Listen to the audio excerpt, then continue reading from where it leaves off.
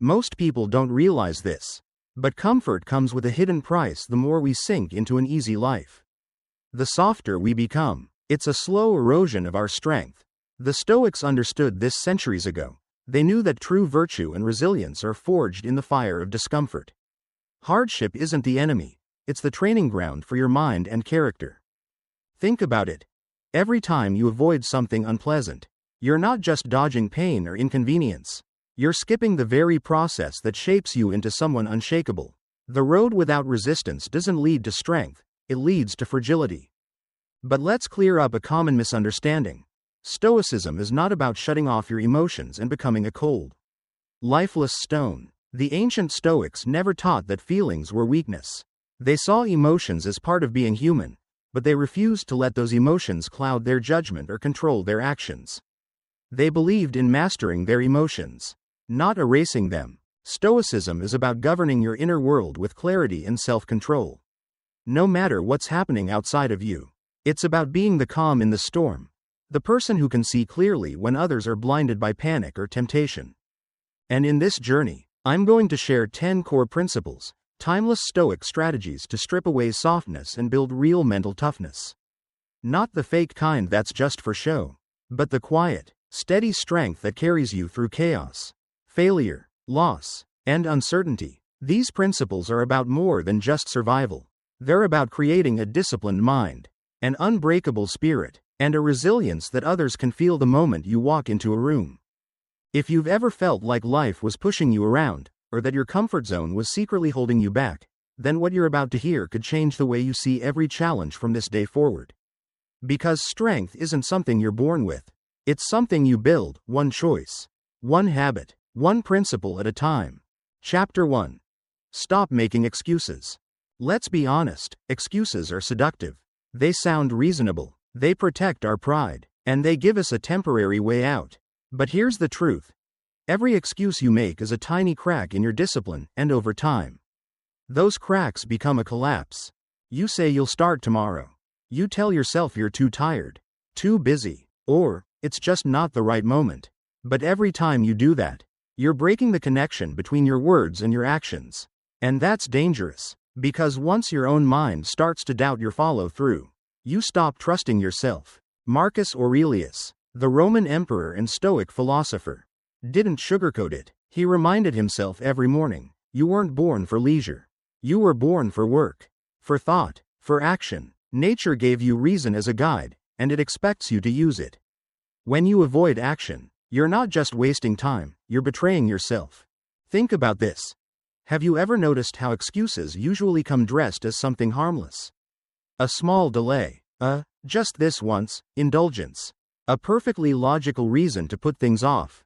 But each time you choose ease over effort, you're training yourself to let mood decide your life, instead of principle. Stoics break this cycle by refusing to wait for perfect conditions. They don't need the weather, the mood, or the timing to be ideal. They start where they are, with what they have. Epictetus taught that outcomes aren't fully in our control, but our responses are. And that responsibility begins the moment you stop explaining away your weakness. So how do you change this? You build a habit of self-honesty. You notice when you shift responsibility onto something else. You catch yourself in the act of avoidance and you call it what it is, not bad timing, but an excuse. Then you act anyway, even when it's uncomfortable, even when you don't feel ready, especially when you don't feel ready. Because every time you take action despite discomfort, you're sending yourself a clear message. I move forward no matter how I feel. And here's the magic. The more you do this, the less power discomfort has over you. You stop seeing it as a wall and start seeing it as training. And eventually, you don't need to argue with yourself about whether to act, because the decision has already been made. This isn't punishment, it's guidance. It's the discipline that comes from repetition, the kind that makes effort feel natural and hesitation feel strange.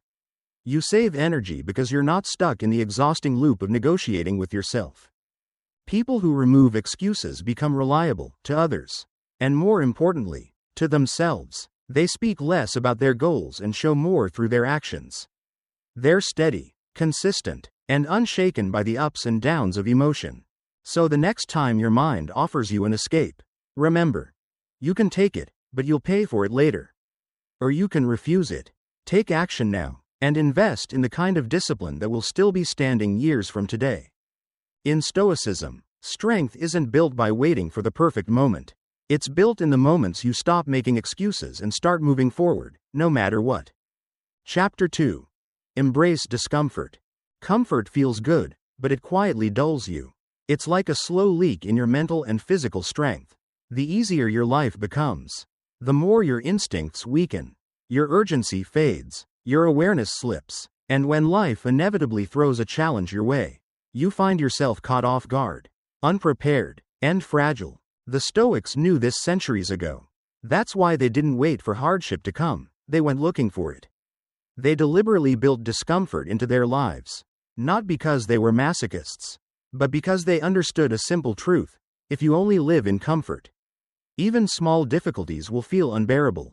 Seneca, one of Rome's great Stoic thinkers, advised sleeping on the floor, eating plain bread, and wearing rough clothing from time to time. Marcus Aurelius reminded himself that luxury weakens the soul. These were not stunts, they were training exercises. Each act was a reminder: I can survive without my comforts. I am stronger than my cravings. So, what does this mean for us today? You don't need to camp in the wilderness or live on bread and water to train yourself. But you can start making small, deliberate choices that put you in the path of mild hardship. Walk instead of driving. Wake up an hour earlier. Skip the extra seasoning in your food. Work in silence without your favorite background noise. Finish the task in one sitting instead of breaking it up. Every time you choose the slightly harder option, you're not just building willpower, you're expanding your capacity to endure. You're telling your mind, I can handle this. I don't need ideal conditions to perform at my best. That's how you stop relying on your environment to decide how strong or focused you can be. And here's the real benefit. When you face unexpected difficulties, and you will, they no longer feel like emergencies. They feel familiar. You've rehearsed this. You've lived in discomfort before. And it didn't break you. It trained you. Over time, you begin to see discomfort differently. It's no longer a threat, it's a tool. It's the weight you lift to get stronger. It's the heat that forges your steel. You don't shy away from it, you lean into it, knowing it's shaping you into someone more resilient, more stable, and harder to knock off balance. So, ask yourself, when was the last time you chose the harder road on purpose? When did you last put yourself in a position where you couldn't rely on convenience? Where you had to dig a little deeper? If the answer is, I can't remember, then maybe it's time to start. Because the truth is, life will challenge you whether you're ready or not. Better to prepare now. Better to meet difficulty on your own terms before it meets you on its terms. That's the Stoic way, to make discomfort your ally, so that when the storms hit, you're not just surviving, you're standing firm. Chapter 3. Control your emotions. Your emotions are not your enemy, but if you let them run the show, they can sabotage everything you've worked for. Anger, fear, desire, these feelings are part of being human. The Stoics never tried to erase them. Instead, they mastered the art of feeling without being ruled by those feelings. Think about it like this. Emotions are like weather. They can be sunny one moment, stormy the next. If you let the storm drive your decisions, you'll end up steering your life into chaos. But if you can step back, observe the storm, and wait for it to pass, you'll navigate in the right direction. The Stoics trained themselves to create what I call the pause, that small space between what you feel and what you do. It's in that pause where your reason comes back online. That's where you stop yourself from sending the text you'll regret, from lashing out in anger, or from making a choice you'll wish you could undo. Marcus Aurelius described the ideal mind as a fortress, calm inside. No matter what's happening outside. He led an empire during war, betrayal, and plague. Yet each day he reminded himself, return to reason.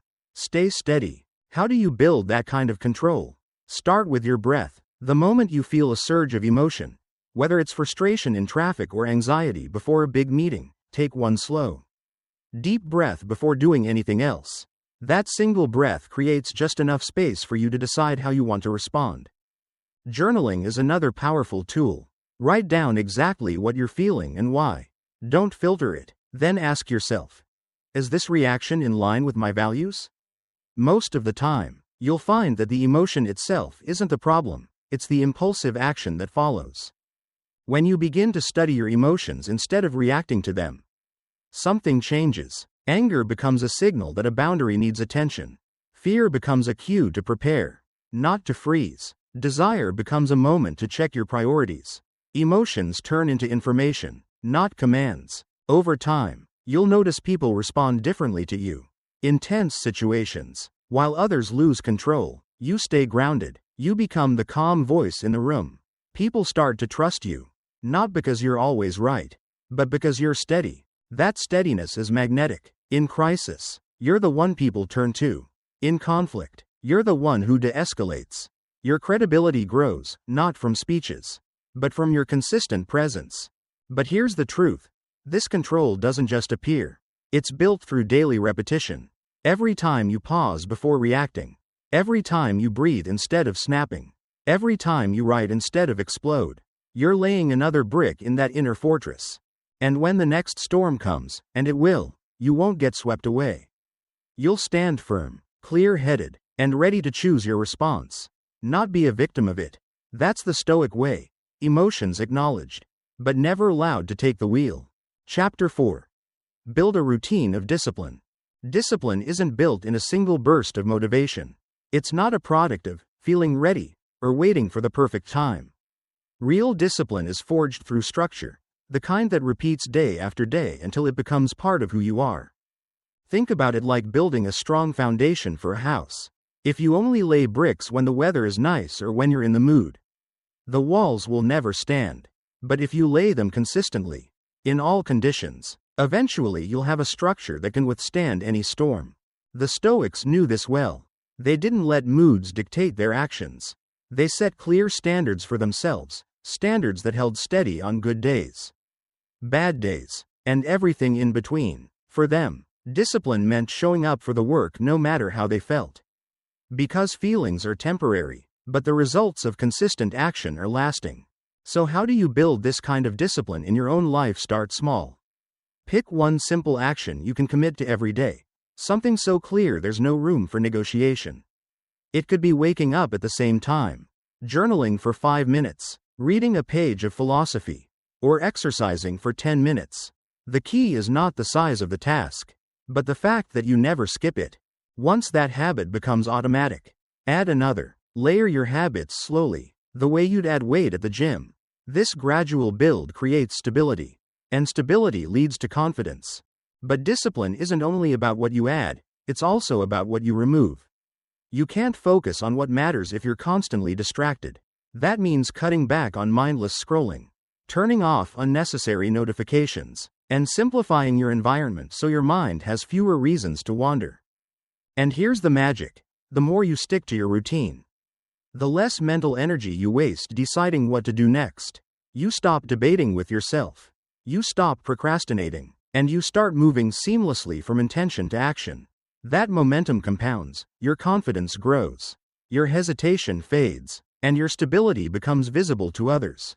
This is why disciplined people often look calm. It's not because their lives are easier. It's because they've eliminated the mental chaos of indecision. They know what's expected of them, and they follow through. No drama, no excuses. So, ask yourself, if someone followed you around for a week, would they see a clear standard in the way you live? Would they be able to guess your priorities just by watching your daily actions? That's what discipline does. It makes your values visible. It turns who you want to be into what you actually do.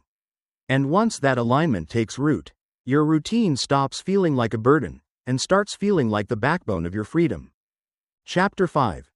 Tame your desires.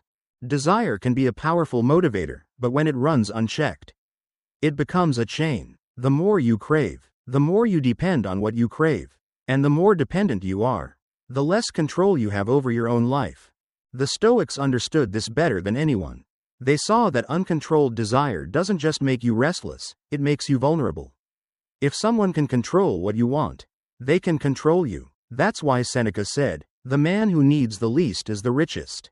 True wealth isn't in what you own, it's in how little you actually need to feel complete. So how do we start breaking free from the grip of constant wanting? The first step is awareness. When you want something, a new gadget, a certain lifestyle, a person's attention, pause and ask, where is this desire coming from? Is it from your own values and needs, or is it planted by someone else's marketing? Status symbols, or fear of missing out?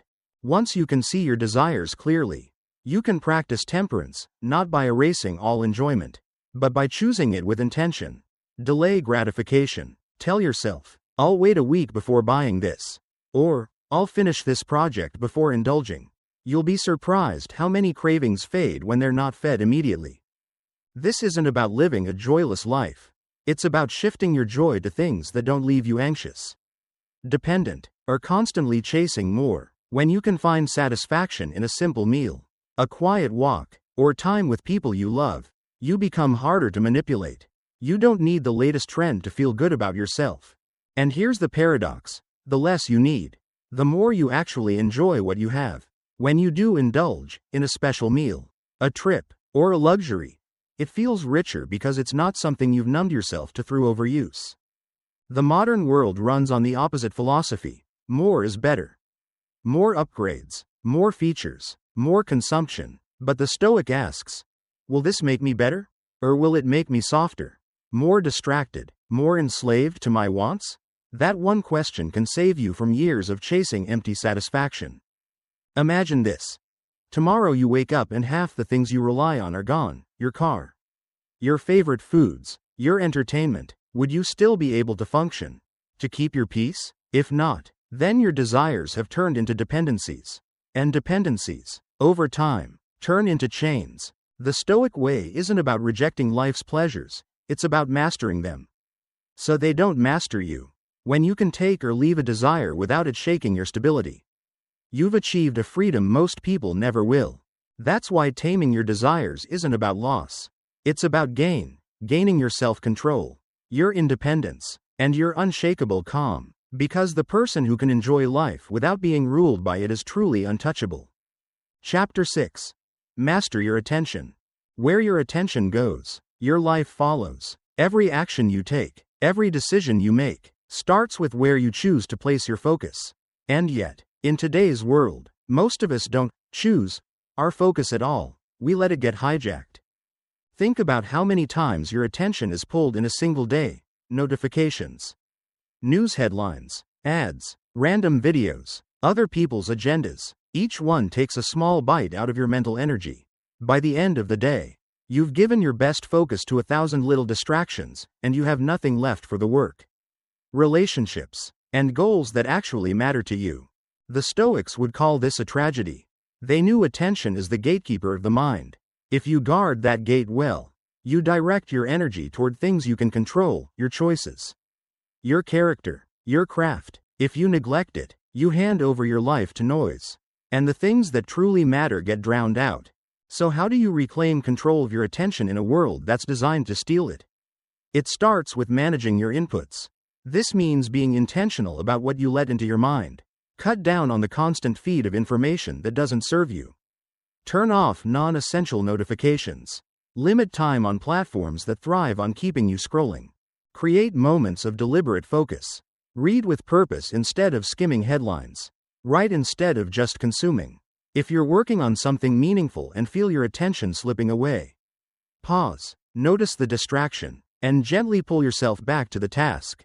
That act, returning to the work, is like a rep in the gym for your attention muscle. One powerful practice is setting attention zones in your day. For example, the first hour after waking, no phone, no email, no outside input, just your own thoughts, your plans, your priorities. That way, you start the day leading your mind instead of reacting to whatever the world throws at you. And here's the deeper truth. Mastering your attention isn't about being a productivity robot. It's about living on purpose. Every minute you give to something meaningless is a minute stolen from the life you actually want to live. When you control your attention, you decide what grows in your mind. You're not at the mercy of trends, outrage cycles, or clickbait. You become someone who is steady, deliberate, and unshaken by noise, because your focus is anchored to what's within your control. In a distracted world, attention is more than just a skill. It's a superpower. Guard it, train it, and direct it, and you'll be shocked at how much more of your life starts moving in the right direction. Chapter 7. Respect your time. Time is the one resource you can never earn back. Lose money, you can make more. Lose possessions, you can replace them. But lose time, and it's gone forever. That's why the Stoics treated time as sacred, not to be wasted. Not to be traded for things that don't truly matter. Marcus Aurelius reminded himself daily, you could leave life right now. Let that determine what you do and say and think. It's not meant to make you anxious, it's meant to wake you up. Every hour you spend is an hour you'll never get back. So why spend it on things that don't move you toward your purpose? The truth is, most people don't spend time. They give it away carelessly. They let other people's priorities, distractions, and demands fill their days. They confuse being busy with being purposeful. But busyness without alignment is just another form of waste. To live like a Stoic, you start by evaluating every action against your values and goals. Before saying yes to something, ask yourself, does this serve the life I'm trying to build?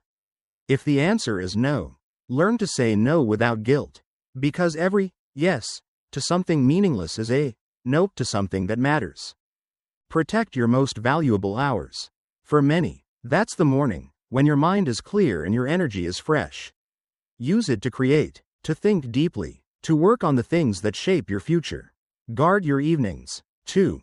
Not for mindless scrolling or passive consumption, but for reflection, reading, and learning. These moments, repeated daily, become the architecture of a life well lived. And here's the key. Don't let others dictate your schedule. If you're not intentional with your time, someone else will be, and their priorities will replace yours. You have to set boundaries, not just around your work, but around your attention and your presence. Ask yourself, if someone looked at how you spent the last week, would they see evidence of what you truly value? Or would they see hours scattered across trivial tasks and unimportant obligations? The Stoics knew that how you spend your time is how you spend your life. When you treat each day as a gift, one you can only unwrap once, you start to choose differently. You stop chasing every request, every distraction, every false urgency, and you start living with a clear sense of direction. Because in the end, your time is not just minutes on a clock. It's your life in motion. Respect it, protect it, and invest it wisely, because when it's gone, so are the chances to live the life you truly want. Chapter 8. End your dependence on approval. If your sense of worth depends on other people's approval, you're building your life on sand. One shift in the tide, one criticism, one rejection, one moment when the applause stops, and your confidence crumbles. The Stoics understood this danger well. Marcus Aurelius reminded himself daily that praise doesn't change the reality of who you are. A compliment doesn't make you better, just as an insult doesn't make you worse. Your value isn't determined by someone else's opinion, it's anchored in your own principles. When you rely on approval, you're always adjusting yourself to fit in with the crowd. You become like a ship without a rudder, drifting wherever the current of public opinion takes you. One moment, you're chasing trends. The next, you're silencing your own beliefs to avoid disapproval. In the process, you lose the most important thing you have, your inner compass. Living with a Stoic mindset means flipping that script. You act based on what you know is right, not on what will get you the most likes, applause, or validation. You keep your principles steady even when the world around you shifts. Here's the truth. Approval feels good in the moment, but it's a fragile source of confidence. The moment it's gone, you feel exposed. Real confidence comes from self-respect, from knowing you did the right thing even if nobody noticed, or even if they criticized you for it. That doesn't mean you become stubborn or closed-minded. It means you weigh feedback carefully, but you don't let it override your values. You can listen without being led, consider without being controlled. Ask yourself, if the whole world went silent tomorrow, no likes, no compliments, no recognition, would you still do the work you're doing? Would you still live the way you live? If the answer is yes, you've already freed yourself from the trap. When you stop chasing approval, you start living with a kind of quiet power. You make decisions faster because you're not waiting for permission. You take bolder steps because you're not afraid of who might disapprove.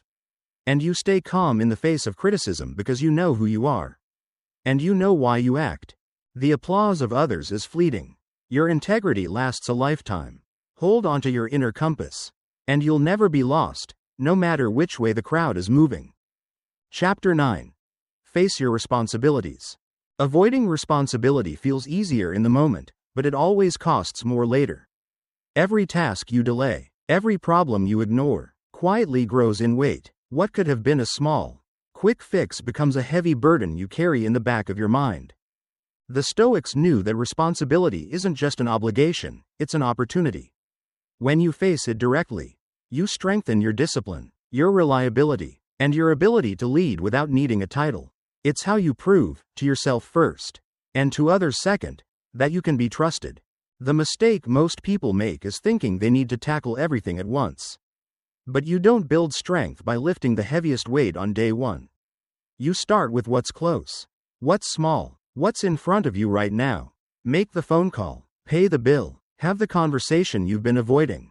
Each time you act, you chip away at the mountain instead of letting it grow.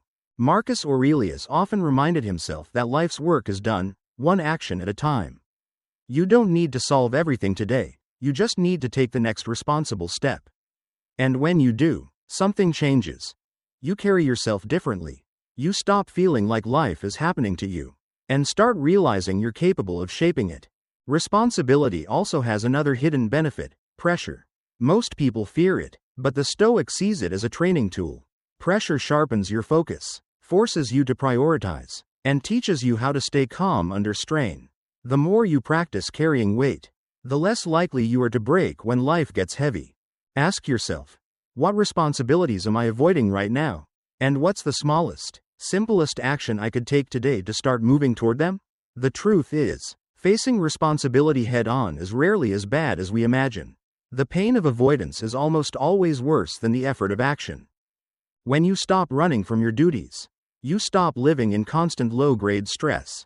You feel lighter, more in control, and over time, people notice. They start to rely on you, not because you're the loudest or the most charismatic, but because you consistently do what needs to be done.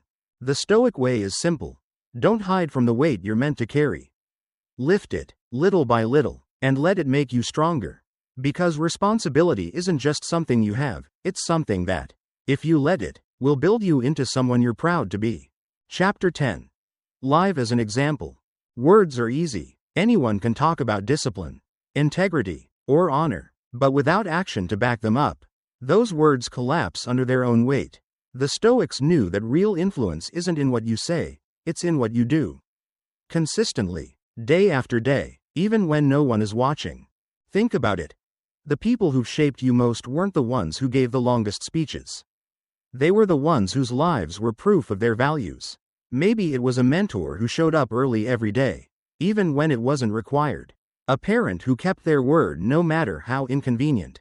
A colleague who worked with quiet focus while others chased shortcuts. These examples leave a deeper mark than any lecture could. Living as an example starts with alignment. Your principles aren't just ideas you believe when it's convenient, they're the rules you live by. Whether the world is watching or not, when your actions match your words, trust forms naturally. People don't have to wonder if you mean what you say, they can see it. And here's the powerful part. You don't need a title, a stage, or a following to lead. You can lead simply by being the person who shows what's possible. Discipline repeated becomes reliability. Reliability becomes respect. And respect creates influence that no position or promotion could ever buy. The Stoics often reminded themselves that life is a stage, and we are all actors, but the role we play is defined by what we choose to do. You can inspire others not by telling them how to live, but by showing them through your own choices. When you keep your commitments, push through challenges, and carry yourself with steadiness, you give others a model to follow. Ask yourself, if someone recorded my life for a week with no audio, just my actions, what would they see? Would my behavior reflect the values I claim to believe in? Or would they see a gap between my words and my reality? The truth is, living as an example isn't about perfection. It's about consistency. You will make mistakes, but when you own them, learn from them, and return to your principles, you show what real integrity looks like. When you choose to live this way, something shifts. People start to notice, even if they never say it out loud. They see the steadiness, the discipline, the quiet strength, and without realizing it, they begin to raise their own standards to match yours.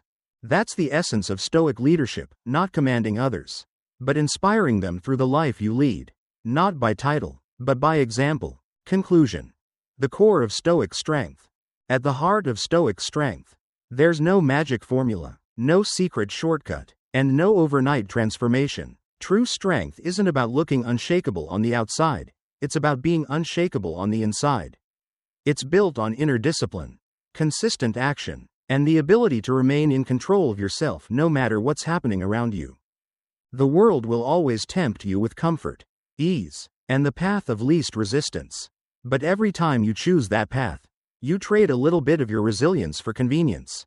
The Stoics knew better. They understood that you don't become strong by avoiding the weight, you become strong by lifting it. Hardship isn't the enemy, it's the gym where your character trains. Living this way means you stop waiting for perfect conditions. You stop letting your emotions dictate your choices. You wake up each day committed to your principles, no matter how you feel or what the world throws at you. And the more you live by those principles, the less you depend on external circumstances to feel steady and secure. Over time, something powerful happens. You become the kind of person others can count on. Not because you talk about discipline, but because you live it. Not because you make big promises, but because you consistently deliver, even when no one is watching. That's when your influence grows naturally, without you having to push for it. Stoic strength isn't loud. It doesn't need to announce itself. It shows up in quiet persistence, in keeping your word, in facing challenges head on, and in living with integrity even when it costs you something. So here's the challenge. Don't aim for an easier life. Aim for a stronger mind and a steadier spirit. Let the difficulties you face become the sharpening stone for your character. Live by your principles, not by your moods, and in doing so, you'll become resilient, reliable, and quietly powerful, not just in words, but in the way you live every single day. Because in the end, the measure of your strength isn't how much you can endure once, it's how consistently you can live with courage, discipline, and purpose for a lifetime.